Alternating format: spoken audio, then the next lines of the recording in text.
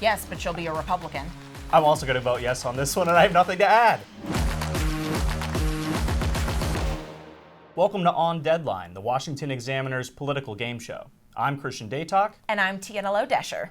Each week, we bring you the biggest stories of the week, our personal takes, and then at the end, you get to vote on who wins. Remember to like and subscribe so you get new episodes alerted right to your phone. And do us a favor and tell your friends. This week, we're starting above the fold. Tiana, what's on your mind? In the immediate aftermath of Donald Trump's shocked victory, Democrats have already broken at the knives. It's a circling firing squad, with the Clinton camp blaming wokeness, Camp Obama blaming Biden for dropping out too late, and Team Biden blaming everyone else for making him drop out at all. I'm still the only person to ever beat Donald Trump. But if you look at the exit polling data, it's really all still about the economy, stupid. 2/3 of voters said the economy is suboptimal, 70% of whom voted for Trump. Nearly half said their personal finances were worse than 4 years ago, 81% of whom voted for Trump, and 75% of voters said inflation caused them severe or moderate hardship. It's clear that this election was decided when Joe Biden went all in on overheating the economy, choosing full employment over price stability. As a consequence, he brought the unemployment rate down an extra 2 points. That's about 3 million new jobs. And in turn, he sacrificed the wage stability and savings of 330 million Americans. It is the 99% versus the 1%, Christian. You know, Tiana, I don't disagree with what you're saying, but what I'm sort of curious about is what happens in the future. What happens now that Donald Trump is the president-elect if he's not able to get prices under control, if he's not able to drive wages up to match inflation? Where do we go from there? I mean, what Trump's defenders will say is he's already done it, right? You had under the Trump administration about 12% increase in average real disposable income. And deregulatory regime, that really does help because you don't want prices to come down because a disinflationary economy is not one that's growing, but you need the growth to catch up. And, you know, drill, baby, drill is not a bad place to start. Christian, what are you taking a look at? Well, obviously, the election took up a lot of bandwidth this week, and Democrats are pointing fingers, but I think they need to look in the mirror. Back in the early days of the Obama administration, Republicans had a reckoning of their own. It was called the Tea Party movement. It eventually ended up with putting Donald Trump in the White House in 2016, but really it was a rejection of the fact that, let's be honest, Republican politicians during the Bush era, even going all the way back to the Reagan era, they sold out working class voters in favor of global trade and beefing the profits up of big time corporations. Democrats need to be honest. This election was lost because working class voters, be they white, black, or Latino, said, hey, the Democrats aren't taking care of us anymore. Prices are high, like you mentioned. We're going to go and vote for the other guy who we saw economic growth during his first term in office. I think Democrats really need to take this seriously. If they don't restructure how they reach out to working class voters, they're going to be banished to the annals of history, just like the Whig Party. My fear is that this is like the third election in a row where you've had Bernie Sanders calling them out for this sort of thing. And in the last 3 presidential elections, you've had candidates that have basically been handpicked by the party. Hillary Clinton through superdelegates and the party machine keeping competitors out. And in this case, a candidate that was literally chosen by the establishment, not one primary vote. So if they haven't learned with Hillary, what's going to make them learn now? Well, in baseball, they say 3 strikes and you're out. I expect them to make this change or to quite literally be out of the game. Democrats will be irrelevant because of the way the population in this country is shifting. It's getting younger, and like you mentioned, it's getting harder for people to afford things. That means the working class is bigger, the middle class is bigger, and there's going to be electoral consequences if Democrats don't get their act together. We made history for a reason tonight. Now it's time for yays and nays. Donald Trump's court cases will disappear now that he has been elected to the presidency. This is tough. I'm going to say yes also, mostly because we're already seeing it happening. We're seeing Jack Smith in talks about ending his January 6th prosecution of Donald Trump. You've also got the fact that, even if these cases move forward, he's the president. He's going to pardon himself. Like, what's even the point? I mean, I think the criminal cases were pretty clearly a political strategy to gin up a bunch of interest in Trump during the Republican primaries with the hopes of keeping him out for good. And they overplayed their hand, right? Imagine if they had maybe started with a Fulton County case and that was the only one, and it was ran not by the JV squad of Fani Willis and her lover Nathan Wade. Maybe it would have had more resonance. But when you go after Trump with 34 felonies over a payment for some 20-year-old affair with a porn star, nobody cares. It's done. Everyone knew it was a political joke, and now the punchline's over. Will Democrats ever be able to win back minority voters? I'm going to say yes. Tiana, you have to vote. You have to vote. I'm going to say no, because if it's, do you get Assad-like margins in the future with black men? No, I just don't think so. I think early on we saw immediately Kamala Harris didn't fail, America failed. And already, they're trying to build this into, this was a white man's, it was their fault. Donald Trump did worse with white voters in this election. He did worse with white women and with white men.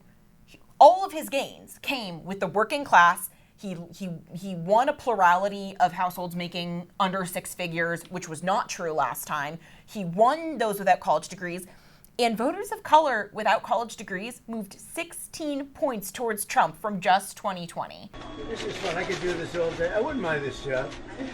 I like this job. I think I might come back and do it again. And I don't think there's enough introspection in the Democratic Party to claw that back. I agree that I don't think the current Democratic leadership can effectively reach working class voters. But you look at somebody like Bernie Sanders, you look at someone like Alexandria Ocasio-Cortez. That's what their entire political operation was built on from a policy standpoint, at least, not necessarily from a social virtue signaling standpoint.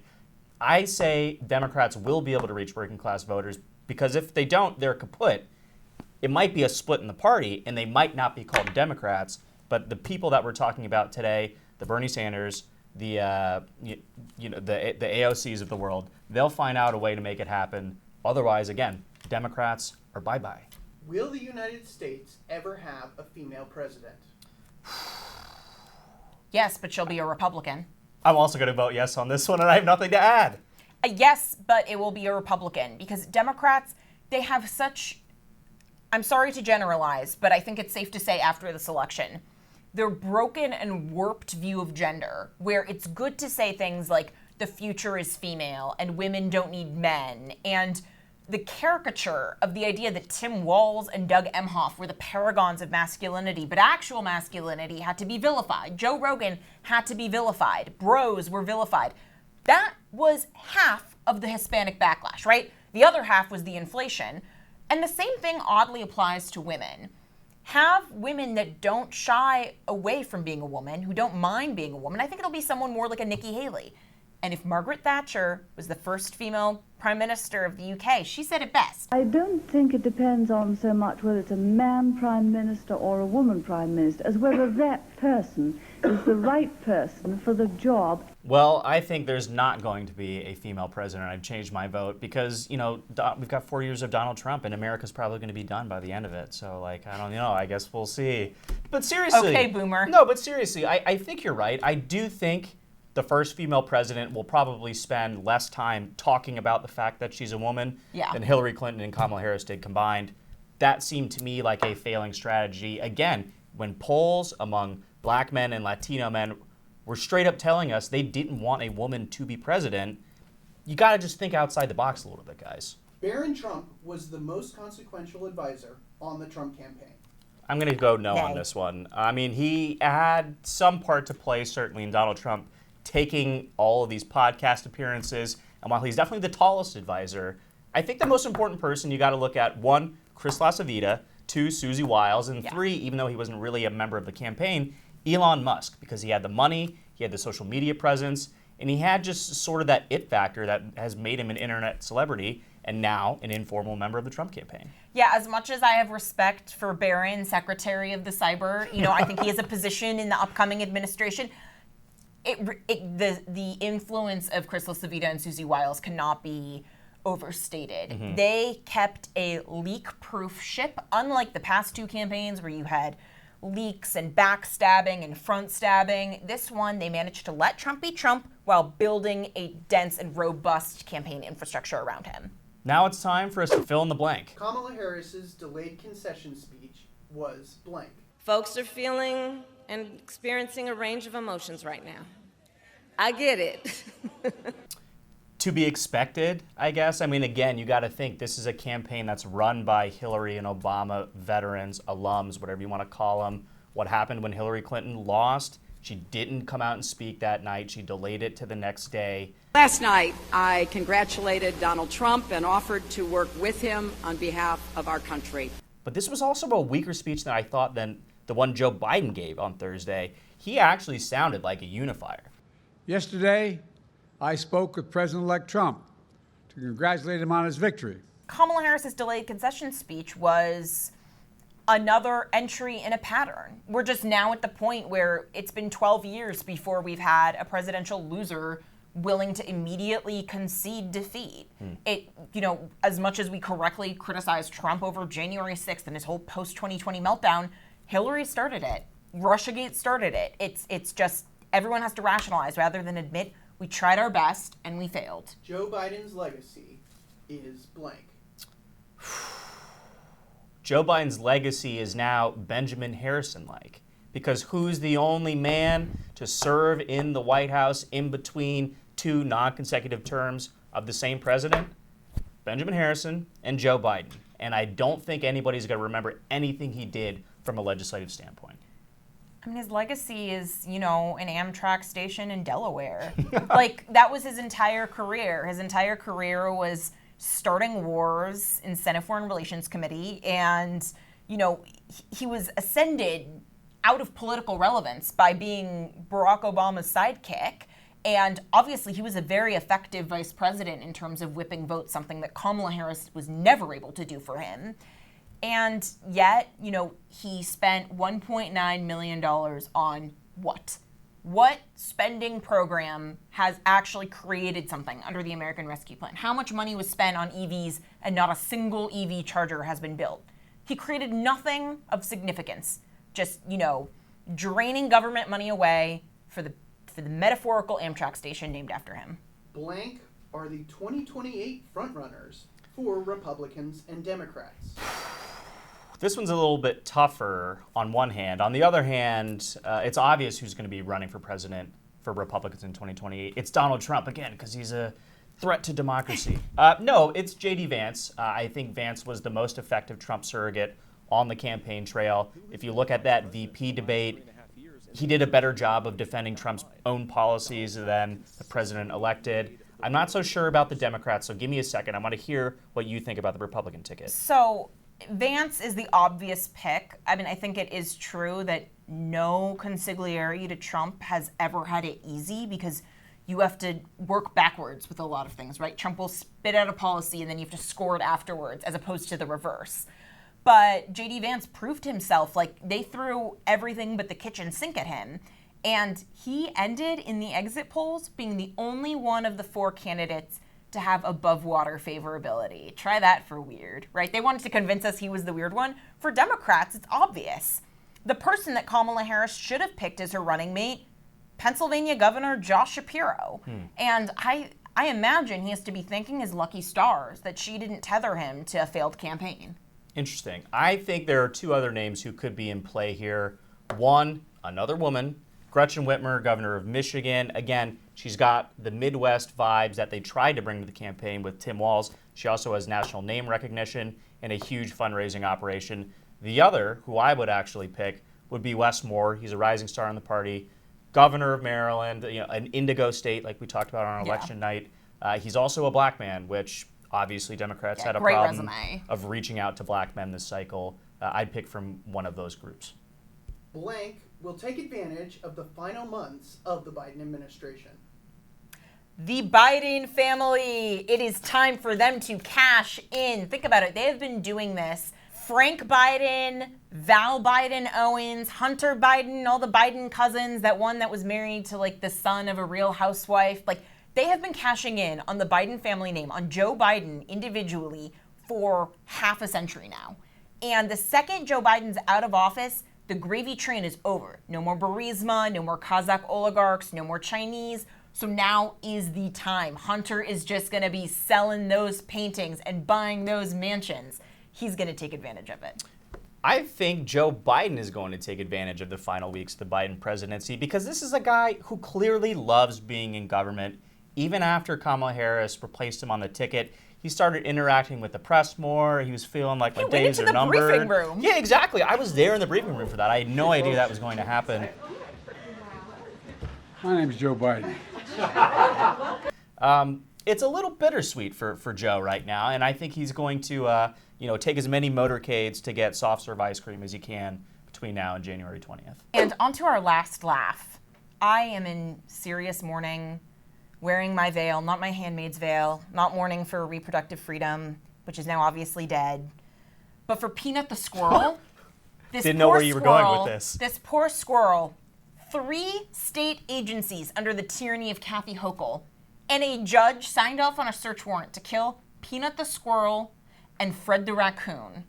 This is why we own guns. This is why we can't lay down our arms. Because if the government will do this to euthanize a squirrel that's like the poster child for an animal charity for animals that can't be re-released back into the wild, they'll do it to anyone. I just want to have one thing to add. Based on this execution, because let's call it what it is, it should have been obvious that Trump was going to win. Because remember what happened back in 2016? R.I.P. to our boy Harambe. All the signs were there.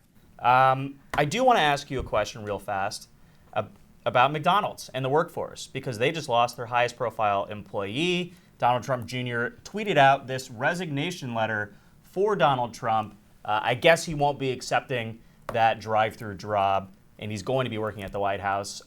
Nothing really here that's serious, just a little bit of good, clean, old-fashioned family fun. I mean, McDonald's it's the backbone of the American economy and helping felons get reemployment again. Oof. So I like they get to advertise that one, right? Working at McDonald's, go be president. There Good you for go. them, you know? There you go. And then one person who clearly does not want to take accountability for the Democrats' devastating loss, Speaker Emerita Nancy Pelosi, who was clearly getting into it with former DNC chair Donna Brazile it looked kind of like the beginning of a funeral, at Kamala Harris's concession speech at Howard University. It was just awkward, to be honest, and I couldn't really pick out who was feeling worse in this scenario, because let's be honest, Donna Brazile had a huge scandal at the DNC back in 2016. This was the whole Bertie Hillary thing that we were talking about earlier. And giving Hillary the questions from the CNN debate. I almost totally forgot about that. See, time flies when you're... It was so crooked.